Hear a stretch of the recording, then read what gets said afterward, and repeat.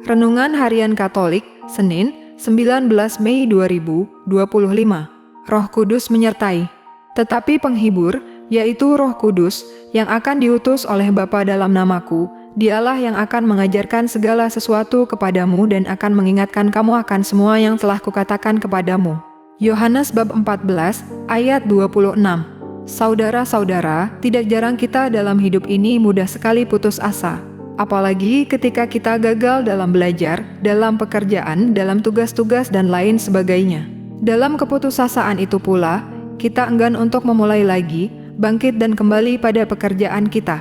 Ketika Yesus ditangkap, para murid lari menyelamatkan diri. Ketika Yesus bangkit dari kematian pun para rasul juga belum dapat memahami. Pewartaan dari para wanita yang telah menyaksikan makam Yesus yang kosong dan juga telah diberitahu oleh malaikat bahwa Yesus telah bangkit, juga tidak dipercaya oleh para rasul.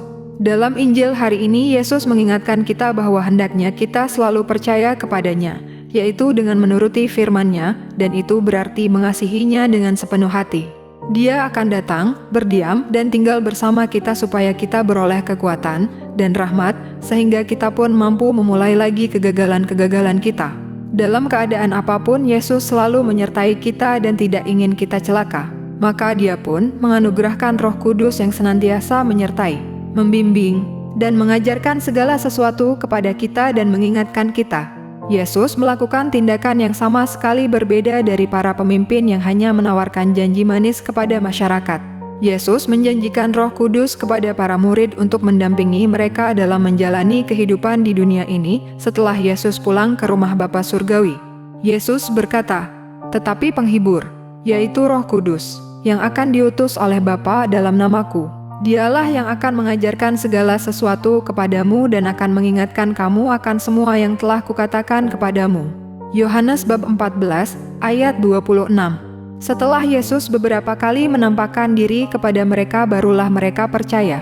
Setelah menerima pencurahan Roh Kudus pada hari Pentakosta, mereka sepenuhnya menjadi mengerti maksud perkataan-perkataan Yesus, dan mereka berani tampil di depan umum untuk mewartakan Injil. Semua ini terpenuhi melalui sabda Yesus, Roh Kudus yang akan diutus Bapa dalam namaku yang akan mengajarkan segala sesuatu kepadamu, dan akan mengingatkan kamu akan semua yang telah kukatakan kepadamu. Seperti kita ketahui, yang disampaikan Yesus itu bukanlah sekedar janji manis atau pepesan kosong. Roh Kudus itu sungguh-sungguh hadir dan berkarya di tengah-tengah dinamika hidup para rasul.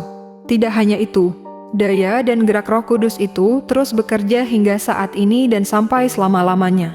Karya Roh Kudus ini menyertai gerak karya pewartaan kabar gembira sampai ke seluruh dunia. Kita menikmati daya gerak itu. Buktinya, kita memiliki iman akan Kristus walaupun kita tidak hidup di tempat di sekitar Yesus dan para rasul hidup. Inilah bukti janji Yesus itu, Roh Kudus sungguh hadir dalam kehidupan kita.